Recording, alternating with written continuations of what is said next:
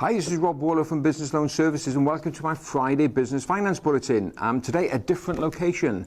This week I've been doing some sessions, well the final of 3 sessions actually, for the Cardiff Business School, and been doing some sessions on business planning for people on the MBA programme, and I'll tell you a little about that in a moment. So, what's caught my eye this week as regards news about raising finance? Well, an interesting survey out from ReBuildingSociety, which is one of the growing number of peer-to-peer lenders. And they've taken a look at how business owners are supporting their finance requirements. And they found from a survey that they carried out that 37% of business owners are intending to use credit cards to fund their growth. Now, I've talked about this previously, that credit cards are being seen by many small business owners as a reasonably good alternative to going for bank finance, particularly where short-term funding is required. But as ever, you've got to be careful with it to make sure that you actually are paying the facility off on time. Now, another interesting aspect of that survey showed that 56% of business owners have been putting personal money into their business in order to finance growth. Now, that's not a bad thing. You know, an element of a debt-free business, or as debt-free as you can, is always good. And the survey found that on average, business owners are putting in just under £23,000 of their own money. So there's a fair slug of money from business owners like you being put into business owners to fund growth. And that's great because, say, if you can run it debt-free, it's more profit for you to the bottom line instead of the banks charging you interest. So, what else have I been doing this week? Well, earlier this week, I was presenting to a very small group of only 8 people.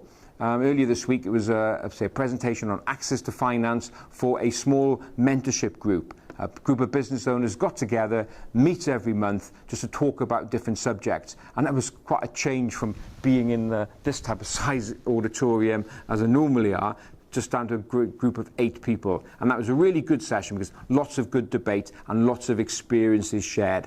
So if you've got a group of trusted people around you, just think, get together occasionally, once a month, and just get to talk about what you're going through in your business and share ideas and experiences. A mentorship group or accountability group like that is a great way of growing your business faster than what you were able to do before.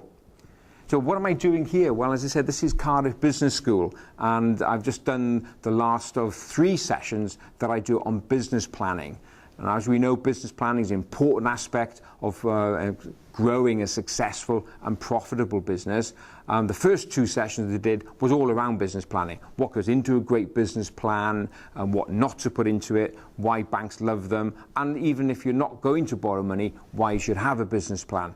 Today's session has also been around access to finance. And it's great to have a business plan in place, but if you're going to go in front of a bank, you've got to understand what is the bank looking for. And if you put a great business plan together, then everything a bank's going to need to know should be contained in that plan.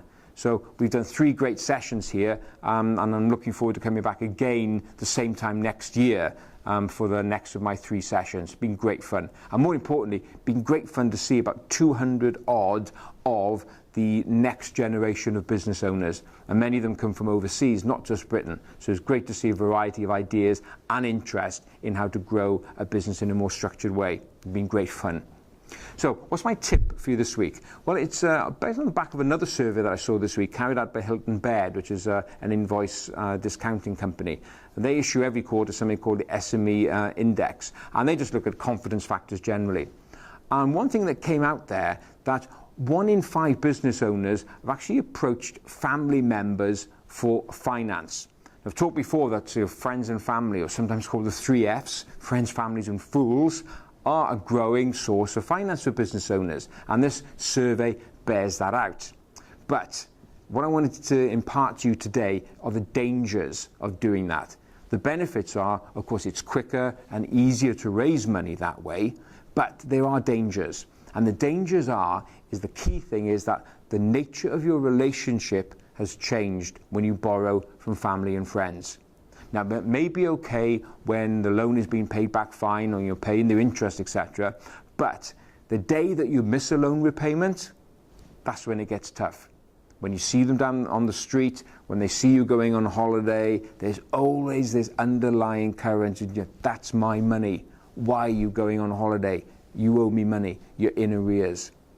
So if you're going to be one of these business owners that is going to approach family and friends for money, just bear it in mind. Could you face them if there are problems in your business? And their history is littered, and examples are littered with business owners who have fallen out with family and friends over this exact issue. So please do be careful. So there we are. Quick message this week, some things to think about, and say really enjoy being here back in this type of environment, and I look forward to being with you again next Friday afternoon when I've got more tips and ideas to share with you on the topic of raising finance. And don't forget, if you like this video, don't forget just to like it and share it and spread the message about getting access to finance is all about being prepared. See you next week.